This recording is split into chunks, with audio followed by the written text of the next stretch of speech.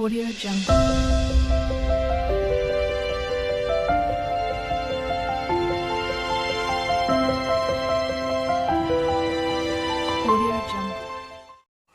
Hello friends, welcome back to our channel. Myself Tanvishri. So ఈరోజు ఇంకో మంచి అప్డేట్తో మేము ముందుకు వచ్చేసానమాట. సో ఆ అప్డేట్ వచ్చేసి కోస్ట్ గార్డ్ నుంచి అండి. ఇంకా లేట్ చేయకుండా దానికి సంబంధించిన కంప్లీట్ ఇన్ఫర్మేషన్ ఈ వీడియోలో అయితే క్లియర్గా తెలిసేసుకుందాం friends. So let's get into our video అండి. సో చూస్తున్నారు కదండి, join Indian coast guard ministry of defence అని చెప్పి మనకి మెయిన్ హెడ్డింగ్తో నోటిఫికేషన్ స్టార్ట్ అయిపోయిందనమాట. As an assistant commandant general duty, commercial pilot licence, technical engineering and electrical, electronics and law. So ఈ పొజిషన్స్కి అయితే వేకెన్సీస్ అనేవి రిలీజ్ అయిపోయాయండి. సో ఇదైతే మనం ఆన్లైన్లోనే అప్లై చేసుకోవాలన్నమాట through there official website https://joinindiancoastguard.cdac.in అనే వెబ్సైట్ నుంచి అయితే మనం అప్లై చేసేసుకోవాలండి. సో ఇవైతే గ్రూప్ ఏ గెజిటెడ్ ఆఫీసర్ పొజిషన్స్కి అనమాట. సో ఇప్పుడైతే ఎలిజిబిలిటీ క్రైటీరియా ఎలా ఉందో ఏంటనేది చూద్దాం. సో ఫస్ట్ జనరల్ డ్యూటీ జీడీ వాళ్ళకి చూసుకున్నట్లయితే ఏజ్ లిమిట్ వచ్చేసి 1997 to 2001 లోపు వాళ్ళు ఉన్న వాళ్ళందరూ ఎలిజిబుల్ అండి.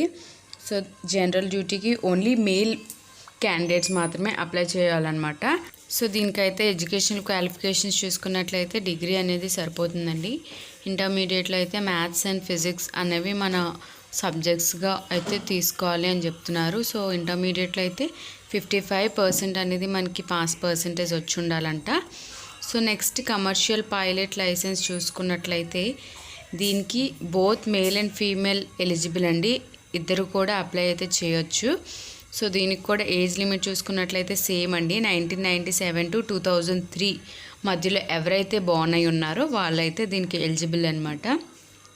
సో దీనికైతే 12th క్లాస్ పాస్ అయిపోతే సరిపోతుందండి, with mathematics and physics as subjects and 55% అనేది మనకి పాస్ పర్సంటేజ్ వచ్చి ఉండాలన్నమాట. వీళ్ళకైతే కరెంట్ కమర్షియల్ పైలట్ లైసెన్స్ అనేది ఉండాలంటండి. నెక్స్ట్ టెక్నికల్ మెకానికల్ చూసుకున్నట్లయితే only male candidates are eligible. So దీనికి కూడా 1997 నుంచి 2001 ఏజ్ లిమిట్ ఉన్న వాళ్ళందరూ కూడా దీనికి ఎలిజిబుల్ అండి. సో దీనికైతే ఇంజనీరింగ్ డిగ్రీ అనేది కంపల్సరీ ఉండాలి from a recognised university and with 60% pass percentage అనేది మనకు వచ్చి ఉండాలండి. నెక్స్ట్ వచ్చేసి టెక్నికల్, ఎలక్ట్రికల్ అండ్ ఎలక్ట్రానిక్ చూసుకున్నట్లయితే male candidates are eligible and age limit చూసుకున్నట్లయితే 1997 to 2001 మధ్యలో బార్న్ అయి ఉండాలి అండ్ దీనికి కూడా ఇంజనీరింగ్ డిగ్రీ అనేది కంప్లీట్ చేసి ఉండాలండి. నెక్స్ట్ లా ఎంట్రీ చూసుకున్నట్లయితే both male and female candidates are eligible అండి. 1993 నుంచి 2001 మధ్యలో ఎవరైతే బార్న్ అయ్యారో వాళ్ళైతే ఎలిజిబుల్ అనమాట. నెక్స్ట్ ఎస్ఎస్సి అంటే షార్ట్ సర్వీస్ అపాయింట్మెంట్, అంటే ఇది ఫస్ట్ అయితే 8 yearsకి ఉంటుందండి. తర్వాత ఎక్స్టెన్షన్ చేసినట్లయితే 10 yearsకి, ఇంకా ఫర్దర్గా ఎక్స్టెన్షన్ చేయొచ్చు 14 years వరకు. సో దాన్ని ఎస్ఎస్సి అంటామన్నమాట. సో ఇప్పుడైతే కొంచెం నోట్ అని చెప్పి కొన్ని ఇంపార్టెంట్ పాయింట్స్ అయితే వాళ్ళు ఇచ్చారనమాట. సో అప్పర్ ఏజ్ రిలాక్సేషన్ అనేది ఉందండి. ఎస్సీ ఎస్టీ వాళ్ళకైతే 5 years, OBC non creamy layer వాళ్ళకైతే 3 years ఉంది. నెక్స్ట్ 5% రిలాక్సేషన్ అనేది మనకి ఎస్సీ ఎస్టీ వాళ్ళందరికీ ఉందన్నమాట. నెక్స్ట్ సిజిపిఏ మార్క్స్ ఎవరికైతే ఉన్నాయో అవైతే పర్సంటేజ్ కన్వర్ట్ చేసి మనకైతే అప్లై చేయమని చెప్తున్నారు.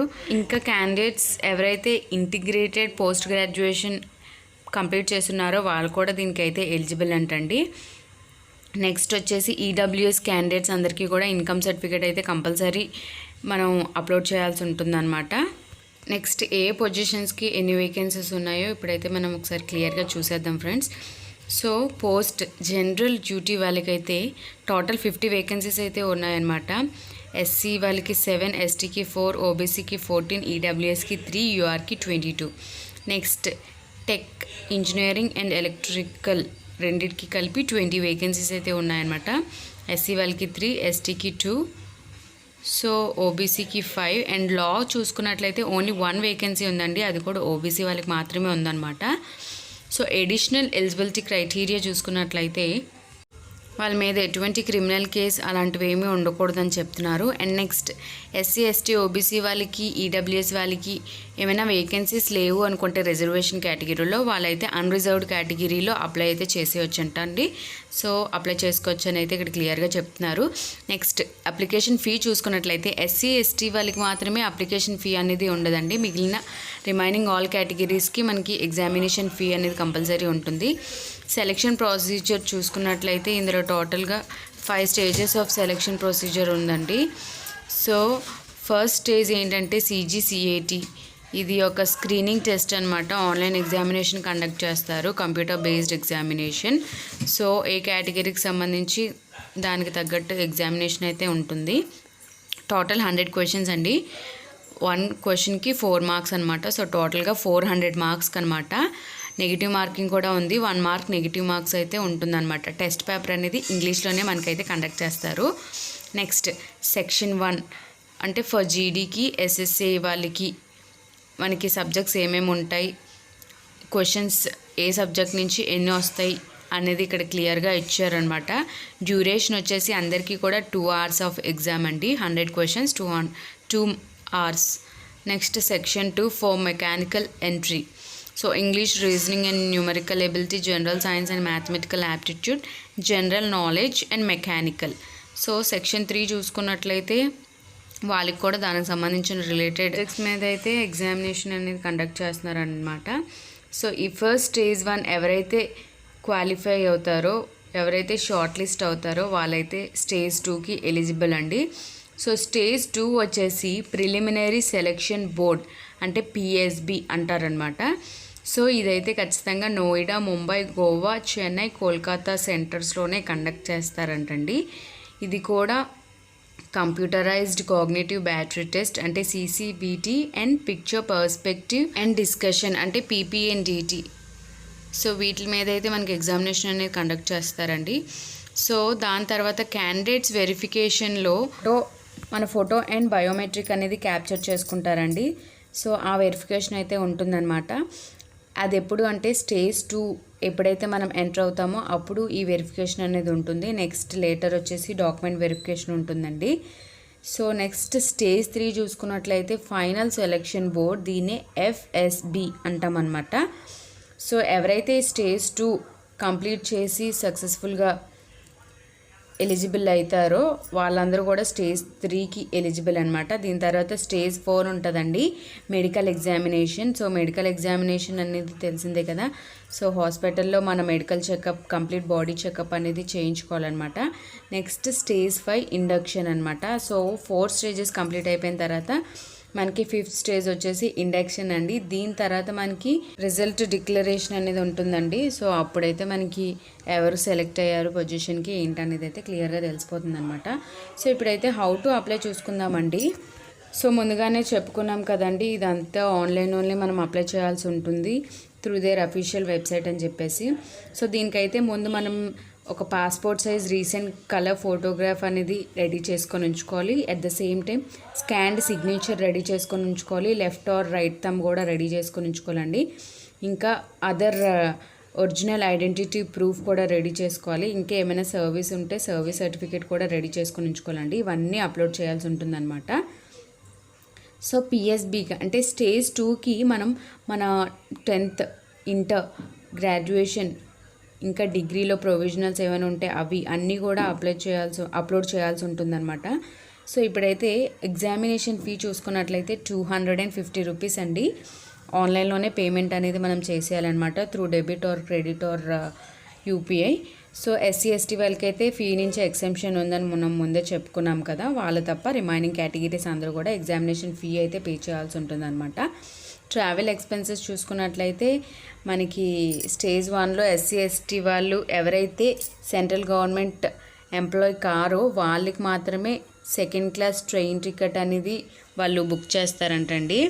నెక్స్ట్ స్టేజ్ 2, స్టేజ్ 3 కూడా టు అండ్ ఫ్రో అంటే వచ్చి రావడం వెళ్ళడం 2 సైడ్స్ కూడా మనకి ట్రావెలింగ్ ఛార్జెస్ అనేవి వాళ్ళే చూసుకుంటారండి, only for SC ST. Next contact details కూడా ఇచ్చారు ఫర్ క్వైరీస్. సో మనకి ఏవైనా క్వైరీస్ ఉంటే మనం త్రూ మెయిల్ ద్వారా మన క్వైరీస్ అనేవి క్లారిఫై అయితే చేసుకోవచ్చు అనమాట, క్లియర్ చేసుకోవచ్చు. సో స్టేజ్ 1కి 2కి సపరేట్గా ఇచ్చారు. నెక్స్ట్ వచ్చేసి tentative schedule. So examination schedule అనేది ఇక్కడ క్లియర్గా ఇచ్చేసారండి. స్టేజ్ 1 వచ్చేసి November 22 ఉంటుంది. స్టేజ్ 2 వచ్చేసి December 22. స్టేజ్ 3 వచ్చేసి Feb to April 23 ఉంటుందంట. స్టేజ్ 4 కూడా సేమ్ అండి. స్టేజ్ 5 అయితే ఎండ్ ఆఫ్ June 23 అంటండి. సో ఇవన్నిటికీ కూడా మనకి అడ్మిట్ కార్డ్స్ అనేవి డౌన్లోడ్ చేసుకోవాల్సి ఉంటుంది త్రూ ఆర్ అఫీషియల్ వెబ్సైట్ అని చెప్తున్నారు. నెక్స్ట్ స్టేజ్ 1కి సంబంధించి మనకి అడ్మిట్ కార్డ్ అనేది కలర్ ప్రింట్అవుట్ తీసుకోవాలంట. బ్లాక్ అండ్ వైట్ అయితే నాట్ ఎలిజిబుల్ అని చెప్తున్నారు. దాంతోపాటు 2 coloured passport size photos plus original photo identity card.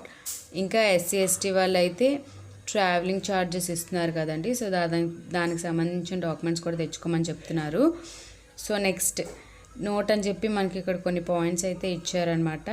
So already మనం డిస్కస్ చేసినవి మళ్ళీ ఇచ్చారు. సో స్టేజ్ 4కి మెడికల్ చెకప్ చేసినప్పుడు మనకి ఏమేం కావాలి, admit card and original identity proof ఉన్నది సరిపోతుందంటండి. స్టేజ్ 5 ఇండక్షన్కి అయితే మనకి ఎడ్యుకేషనల్ క్వాలిఫికేషన్ డీటెయిల్స్ అంటే మన ప్రతి డాక్యుమెంట్ కూడా వాళ్ళు అయితే చెక్ చేస్తారు కాబట్టి అన్నీ కూడా పట్టుకొని వెళ్ళాల్సి ఉంటుంది. నెక్స్ట్ మెడికల్ స్టాండర్డ్స్ ఎలా ఉండాలి, హైట్, వెయిట్, చెస్ట్, ఐసైట్ ఏ విధంగా ఉండాలి అనేది అయితే ఇక్కడ క్లియర్గా ఇచ్చారనమాట. సో దీని తర్వాత మెరిట్ లిస్ట్ అనేది వాళ్ళ అఫీషియల్ వెబ్సైట్లోనే మనకి ప్రొవైడ్ చేస్తారండి. అప్పుడు మనకి ట్రైనింగ్ అనేది జూన్ ఎండింగ్ 2023 నుంచి స్టార్ట్ అయితే చేసేస్తారంటండి. ఈ ట్రైనింగ్ పీరియడ్ వచ్చేసి 22 వీక్స్ అయితే ఉంటుంది.